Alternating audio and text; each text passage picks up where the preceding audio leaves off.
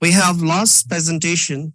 Let the players go. Autonomous player experiences can substitute excessive hand-holding by Milas.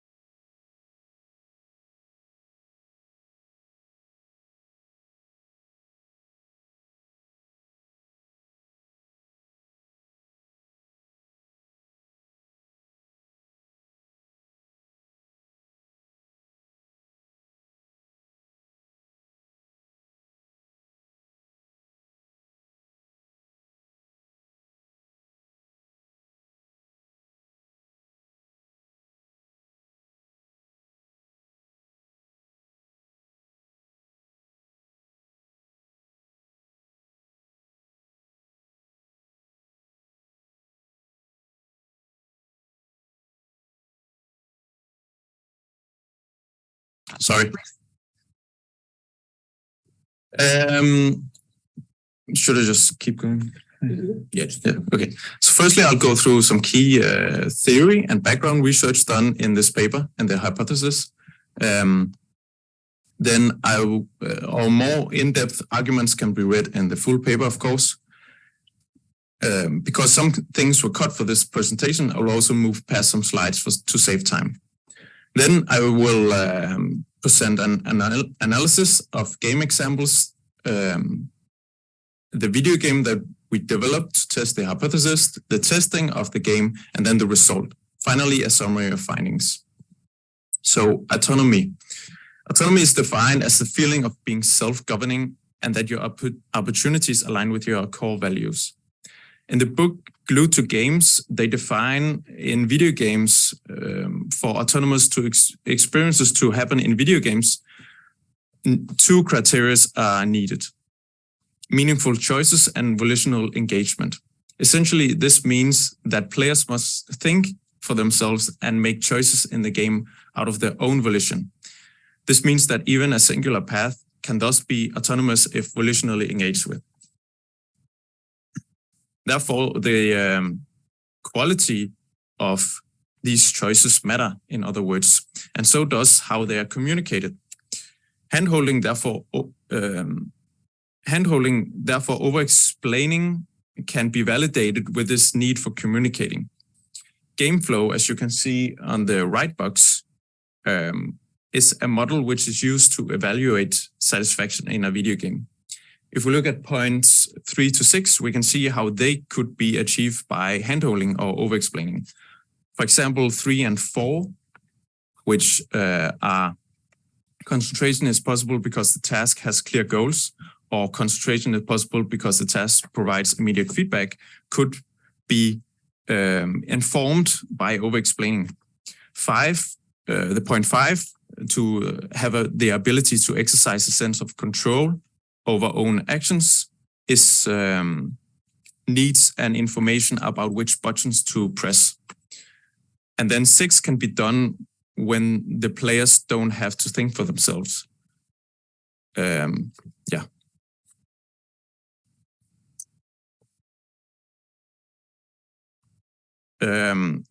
We can see here how handholding can avoid frustrating players because they are well informed. However, handholding has a negative impact on player autonomy. Glued to Games also states how bad video games command, prod, or drags the player along, as you can see in the quote, which is also known as handholding. Instead, they explain that games that use compelling rationales and wake internal desires in their players to walk the path ahead can achieve greater autonomy. In the hope of finding a way to awake this internal desire in players while also informing enough without handholding to avoid frustration, a hypothesis was formed on the idea that by simulating logic, we do not need to over-explain, as the players already have the required knowledge from the real world. We only need to support their expectations with consistent simulation. And the hypothesis sounds: simulations that can consistently support players' expected outcomes during their interactions with the game will result in players being informed by their inherent knowledge and experiences from the real world. Information gained by players in this manner can lead to an increased sense of autonomy over their own actions. We can implicitly inform the players via, for example, diegetic visuals like street signs, landmarks, colors, and others that we use in the real world to navigate, for example, or affordances to inform players. Affordances are information that you gain when looking at an object about what the meaning and function of that object is. For example, when we look at a door handle, we know we can turn it and open something. We do not need to be explained this. In turn, we can also incentivize players to think for themselves if we use this. For example, if the player throws a rock at a window, they expect the window to break. If it does not, the player will lose an incentive to think for themselves later. And the suspension of disbelief, therefore immersion, is broken. If, however, the window is broken, they will look for other things that could logically also be broken. I will move on to some game analysis. We analyzed 2 games in the paper, but I will only cover the latter one called Deathloop. In this game, you collect clues to solve a mystery, which are how you can kill several targets in the game. It uses a detective-like narrative to suggest the action of solving clues for yourself. However, the game does this for you by giving you the explicit answers when you collect the clue. It even says where you have to go and what to do. This explicit quest progression overview does not incentivize players to think for themselves, and it ultimately loses the potential of greater autonomous experiences. Through these analysis, we gained some insight and inspirations what we wanted to do in our own game.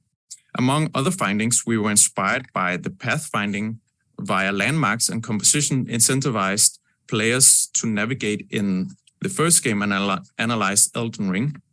And then the detective narrative in Deathloop also inspired us, but we also wanted to move away from giving answers explicitly. The idea was that by presenting the game as a detective game, the player will know which functionalities to expect and will act like a detective. A second hypothesis was then made. If the players know they can play the role of a detective, this information will incentivize them to perform detective-related actions they know from the physical world or other media. They will have the required information already to start role-playing by searching for clues, deducting answers from them, and solving puzzles. Because they know what a detective is, they already have a set information they can actively or passively apply to how, why, what they can or want to do. And I will explain the game that was developed to test these hypotheses. In this game, you play as a detective trying to solve a mystery on an island. You can explore 5 different buildings and collect clues, which you can overview on a diegetic in-game tablet. The clues give indirect hints what to do to solve it. However, the player can essentially complete the game without collecting any clues. In the end of the game, the player is met with a set of choices. Which of them is best is hinted at in the clues, so the player will have to get the required information in order to make the best choice. Functionalities include being able to pick up objects, collecting clues, throwing objects, unlocking doors, exploring drawers, destroying windows, vaulting over objects, and so on. But I would like to show you it instead, if I can show it. Should work. Video? It doesn't seem to. It's a YouTube video. Maybe I think so. The link is missing or it is in your USB something. Mm, The hyperlink is not working maybe. okay, it's not working. Sorry about that. But you can see some in-game pictures here. Here you can see the player holding their objects in their hands, showing their inventory. And this is the diegetic tablet that I was talking about, where they can overview clues. So one clue might say that someone saw one of these characters that you read about. They saw a book being placed under some boards in a house, and then you have to find this place where this book was, and this book will give you further required information to solve the puzzle. This is a in-game view of some of the environments.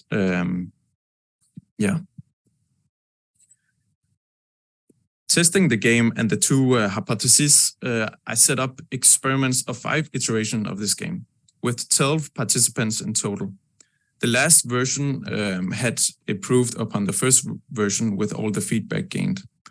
The participants were first introduced to the game, and they were told that it was a detective game in the latter versions. And after playing, they were asked several questions relating to their unique experience and what I had observed. After that, they had to answer a predefined questionnaire based on the player experience inventory used to evaluate player emotions. Generally, the results showed that all the participants in the latter game reported more feelings of autonomy. Some findings were that misinterpretations of their interactions with objects would demotivate players. Yes, thank you. They would demotivate players to solve problems.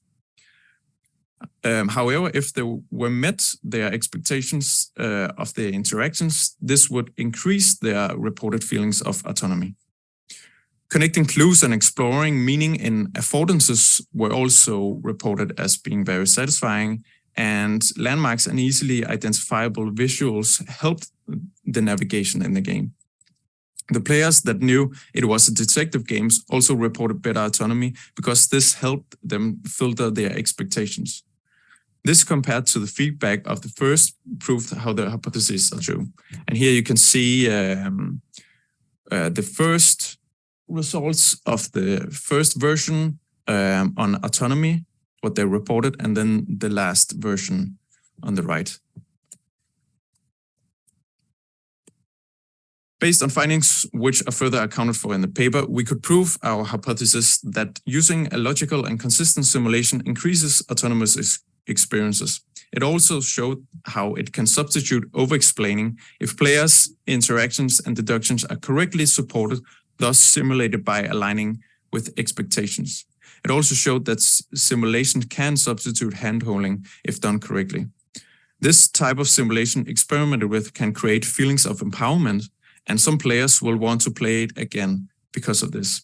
The paper hopes overall to also argue for the significant negative impact of handholding, a term which is not well defined or used, and give inspiration to develop games that are less trivialized and more supportive of players' freedom to act on their own volition in video games.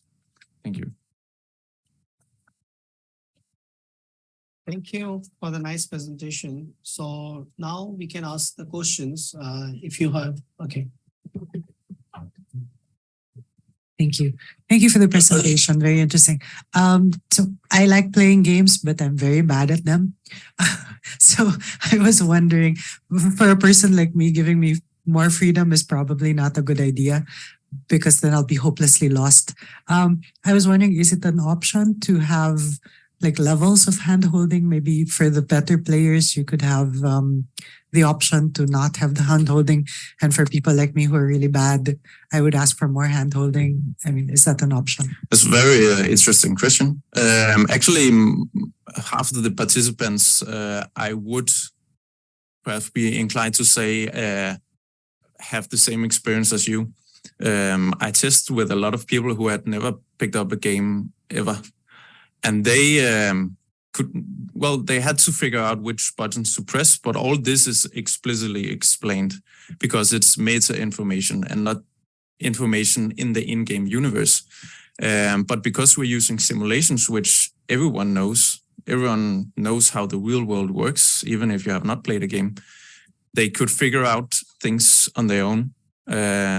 So in a way, it's kind of like what you put into it, it supports. So if you're not that experienced, it still worked.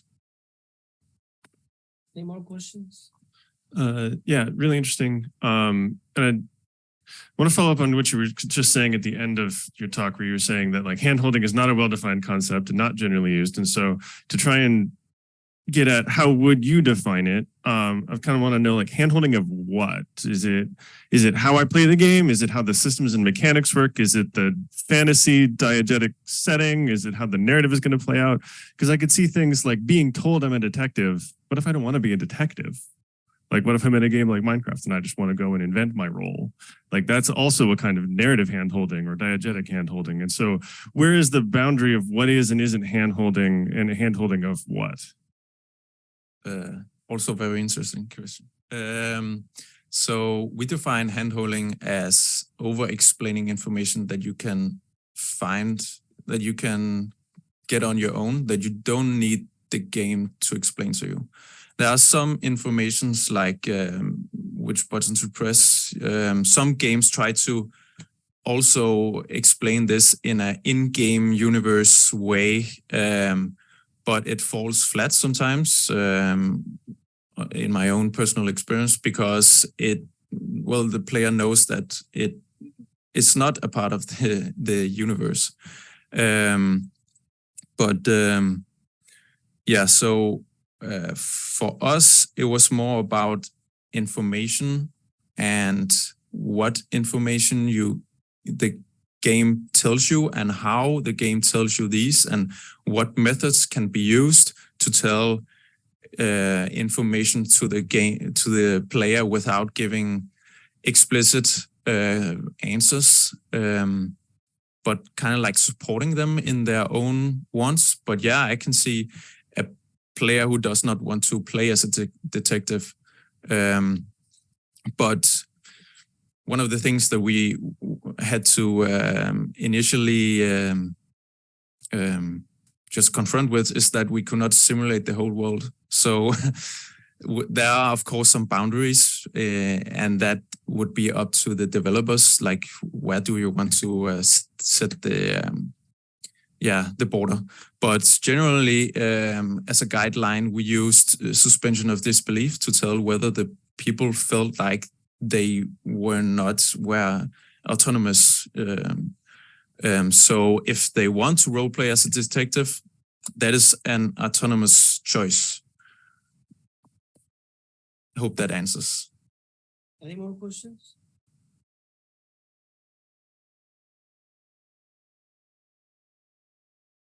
Thank you. I would hypothesize from your talk that the challenge for the developer is in each of those individual choices, those moments that have the clues, that have the elements that the player is trying to make sense of and to make a good choice about. And your talk suggested that that was true. In some cases, some of those choices were difficult for people and they didn't feel powerful afterwards.